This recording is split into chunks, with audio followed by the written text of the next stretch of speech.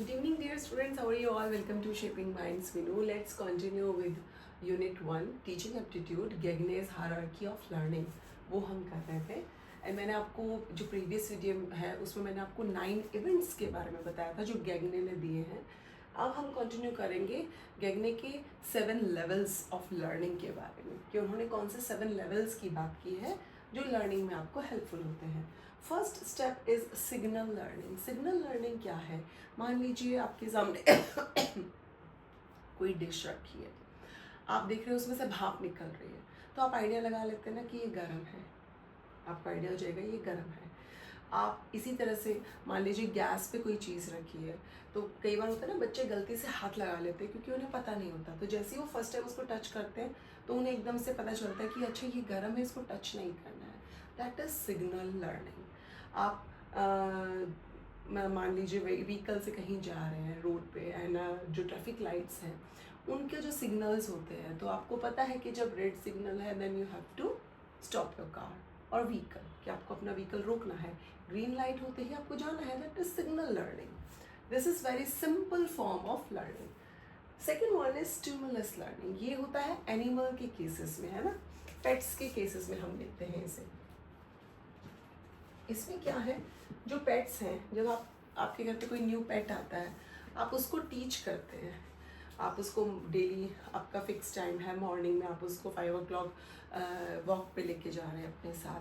तो 2-3 दिन जब आप ऐसा रिपीट करते हैं तो आपका जो पेट है वो सीख जाता है कि अच्छा 5 बज गए और मेरा जो भी इंसान जिसके पास पेट है वो जैसे ही वो अपने डॉग का वो होता है ना कॉलर, वो उठाते हैं या फिर कोई स्टिक वो रखते हैं वो उठाते हैं, तो पेट को फट से पता चल जाता है कि अच्छा अब हम वॉक पे जाएंगे, अब ये मुझे बाहर लेकर जाएंगे घुमाने के लिए. That is called stimulus response. लेकिन इसमें एक चीज़ है कि इसमें अभी भी जो लर्नर है, जो लर्न कर रहा है, वो शिवांशी प्लीज़ बेटा, वो डिपेंडेंट है फिलहाल, अभी भी इंडिपेंडेंट नहीं है. क्योंकि जैसे ही उसको स्टिमुलस दिखेगा, जैसे ही उसे पता चलेगा कि अच्छा अब जो स्टिक है वो ले लिया है, अब जो कॉलर है या मेरा जो उसका गले का पट्टा है उसको उठाया है, दैट मीन्स अब मुझे जाना है.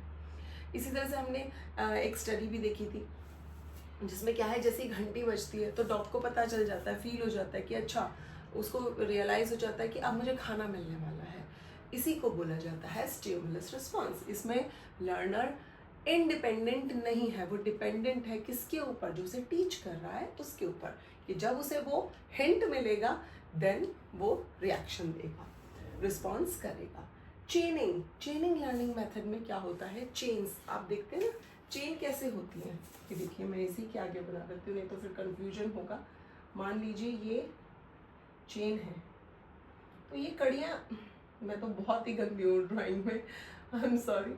ये चेन है जो एक दूसरे से जुड़ी हुई है, ठीक है ना, कड़ियाँ आपस में एक दूसरे के साथ फंसी हुई हैं.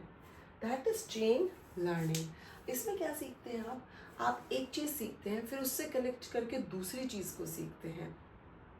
इसी को बोला जाता है chain learning. That for example, आपने मान लीजिए साइकिल चलाना सीखा, आपने फर्स्ट साइकिल को बैलेंस किया, अपने हैंडल को बैलेंस करना सीखा, साइकिल को बैलेंस करना सीख लिया.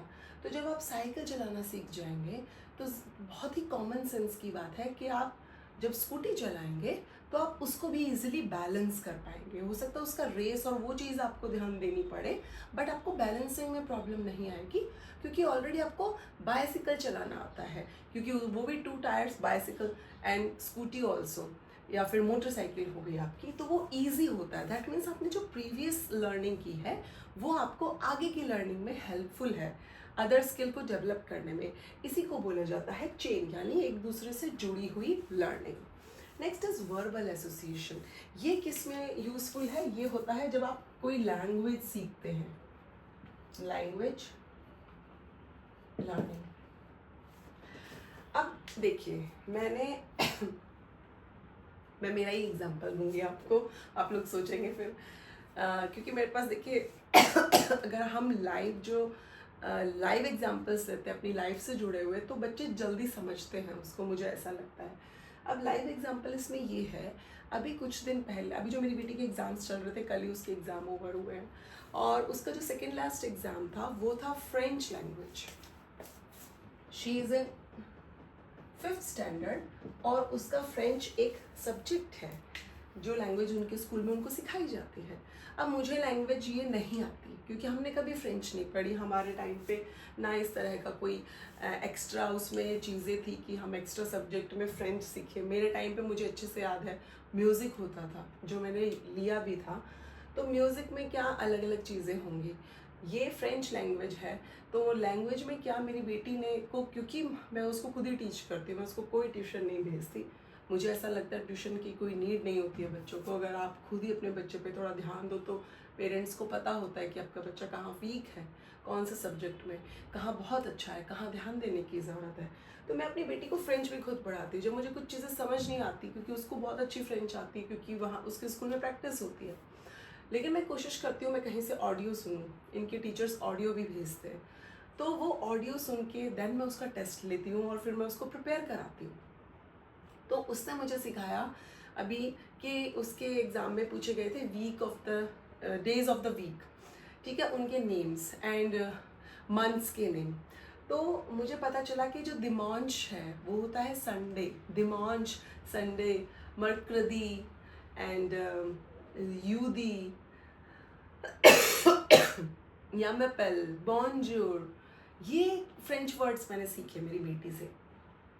तो ये क्या है, अभी मैंने जस्ट वर्ड सीखे, एक एक दो दो वर्ड कि क्या बोलते हैं, यामत तुतापेल भी होता है कुछ, पता नहीं, I don't know, and bonjour, ये यूदी, दिमांश। तो क्या होगा अगर मैं फिर से पढ़ूं और फर्दर इसमें, I am sorry.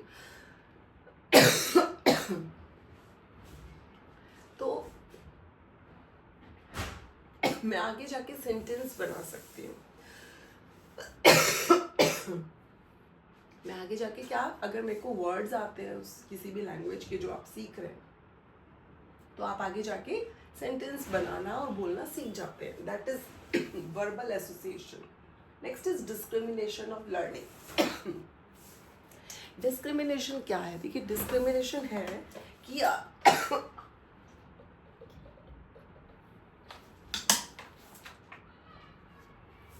Am so sorry.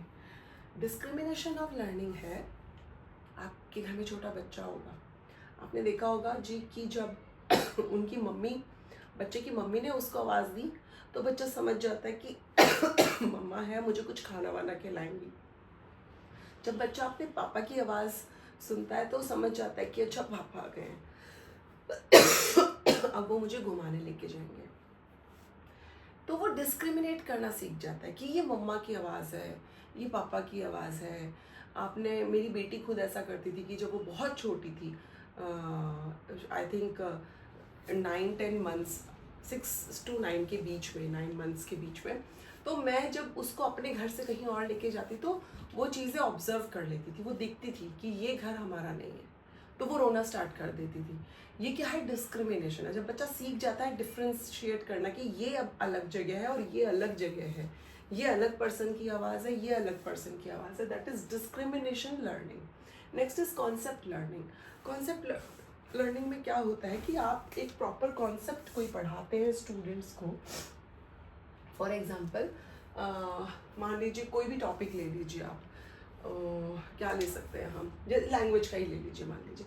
तो एक न्यू कॉन्सेप्ट, मैंने आपको फ्रेंच लैंग्वेज पढ़ाना स्टार्ट किया, आप धीरे धीरे सेंटेंस मेकिंग पे पहुंच गए, आपका कम्युनिकेशन स्किल अच्छा हो गया, तो आगे चल के क्या होगा, आप उसी लैंग्वेज में और फर्दर स्टडी करने के लिए एलिजिबल हो जाएंगे, आप उसको और अच्छे से एक्सप्लेन कर पाएंगे।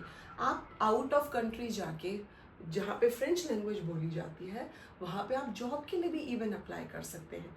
तो ये क्या है, कॉन्सेप्ट लर्निंग है, यानी एक स्पेसिफिक कॉन्सेप्ट जिसके बारे में आप एक तरह से डीप अंडरस्टैंडिंग लेते हैं, अच्छे से चीज़ों को समझते हैं, उसी को बोला जाता है concept learning. Next is rule learning. Rule learning में देखिए, आप सबसे बेस्ट एग्जाम्पल है ग्रामर। ग्रामर क्योंकि मान लीजिए आपको इंग्लिश सीखनी है ना, आप फ्लुएंसी चाहते हैं अपना इंग्लिश स्पीकिंग में, तो सबसे ज़रूरी क्या है कि आपको रूल्स पता हो कि आप कोई सेंटेंस बोल रहे हैं, पास्ट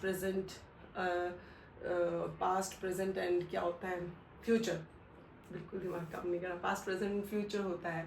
आप कब क्या चीज़ लगाएंगे, कौन सी वर्ब आएगी, क्या सेंटेंस आप बोलेंगे तो वो करेक्ट होगा, वो करेक्ट सिचुएशन को एक्सप्लेन करेगा कि आप पास्ट की बात कर रहे हैं या प्रेजेंट की बात कर रहे हैं या आप फ्यूचर की बात कर रहे हैं। हम पढ़ते थे ना वर्ब की सेकेंड फॉर्म या फर्स्ट फॉर्म प्लस आईएनजी, है ना, कॉन्टिन्यूस की कोई चीज़ चल रही है, वो चीज़ें हैं। तो ये क्या है, रूल्स हैं। किसी भी चीज़ को करने के लिए पहले आपको उसके रूल्स जो हैं वो ज़रूर पता होने चाहिए, तभी जाके आप एक परफेक्शन पे पहुंच पाते हैं। जैसे कि आपने साइकिल चलाना सीखा, आपको पता है कुछ रूल्स हैं उसके। आप पहले बैलेंसिंग करेंगे, आप हैंडल संभालना सीखेंगे, तो आप क्या स्कूटी भी इजीली सीख जाएंगे। आप स्कूटी इजीली सीख गए तो आप मोटरसाइकिल इजीली सीख जाएंगे, क्योंकि ये कनेक्टेड हैं। मोटरसाइकिल में क्लचेस और वो सब होते हैं, तो आप उसके थ्रू गाड़ी जो है वो भी आराम से चलाना सीख जाएंगे। तो ये क्या हुआ, रूल्स हुए कि कुछ रूल्स हैं जो आपको समझने ज़रूरी है किसी भी चीज़ के लिए। वो होता है रूल लर्निंग। अगर आप ग्रामर को अच्छे से समझ जाएंगे तो आप सेंटेंस मेकिंग में परफेक्ट हो जाएंगे, और अगर आप सेंटेंस मेकिंग में परफेक्ट हो गए तो it's easy for you to communicate with anyone in English, है ना, कि आप इंग्लिश में ईजिली कम्युनिकेट कर पा रहे हैं। आप किसी ने आपसे कुछ भी पूछा, आपको क्योंकि रूल पता है कि मुझसे किस टेंस में बात की जा रही है तो मुझे कैसे रिप्लाई देना है, दैट इज़ रूल लर्निंग। फिर लास्ट में प्रॉब्लम सॉल्विंग। जब आप इस स्टेज से इस स्टेज पे पहुंच जाते हैं तो प्रॉब्लम सॉल्विंग तक आप पहुंच जाते हैं, यानी आपके सामने कोई भी सिचुएशन हो, कोई भी प्रॉब्लम हो, कोई भी नई चीज़ हो, आप उसको सॉल्व कर सकते हैं अपने लेवल पे। तब आप कंप्लीटली इंडिपेंडेंट हो चुके होते हैं कि अब ये चीज़ मैं खुद हैंडल कर सकता हूँ, अभी मुझे किसी की भी हेल्प की ज़रूरत नहीं है। ये है गैगनेस का hierarchy of learning, 7 levels, 9 events, 7 levels याद रखने हैं। 7 लेवल्स जो हैं उसमें मेन चीज़ ये है, आपसे इस तरह से PYQ आ सकता है कि आप ये बताइए, चलिए वर्बल लर्निंग के बाद क्या आता है। तो वर्बल लर्निंग के बाद क्या आएगा, डिस्क्रिमिनेशन करना सीखता है बच्चा। ये पूछ सकते हैं लोवेस्ट लेवल क्या है, तो लोवेस्ट लेवल है सिग्नल लर्निंग। ये पूछ सकता है कि प्रॉब्लम सॉल्विंग से जस्ट पहले बच्चा किस चीज़ पे होता है, तो दैट इज़ रूल लर्निंग। और या फिर ऐसे पूछ सकता है कि अगर आप कोई लैंग्वेज सीखना चाहते हैं, लैंग्वेज सीखने वाले हैं, तो कौन से टाइप का गैगनेस का लेवल आप अप्लाई करेंगे, दैट इज वर्बल एसोसिएशन, है ना। अब फिर मान लीजिए आपको एग्जांपल इस तरह से दे दे कि एक बच्चे ने पहले साइकिल चलाई, फिर उसने स्कूटी चलाना सीख लिया, फिर स्कूटी से उसको मोटरसाइकिल चलाने में भी हेल्प हुई, तो ये किस तरह की लर्निंग थी, दैट इज चेन लर्निंग। एक दूसरे से कड़ियाँ जुड़ी हुई हैं उस चीज़ की। तो ये था हमारा गैगनेस का हायरार्की ऑफ लर्निंग के 7 levels. Please do like, subscribe and share my YouTube channel. Thank you so much, bye bye and take care.